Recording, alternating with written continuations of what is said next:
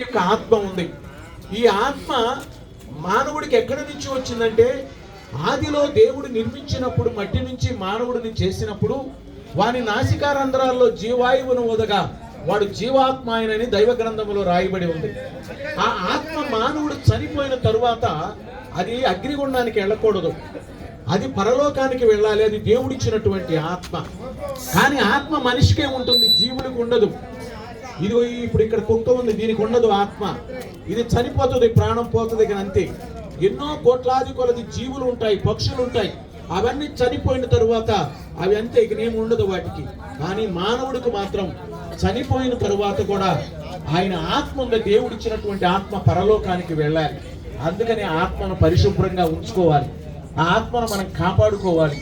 అందుకని ఆయన ఈ లోకానికి లోక రక్షకుడిగా వచ్చాడు. అందుకని ఆయన మానవులందరి కొరకు సిలువలో మరణించాడు. మరణించి ఆయన పరిశుద్ధమైన నిర్దోషమైన ఆయన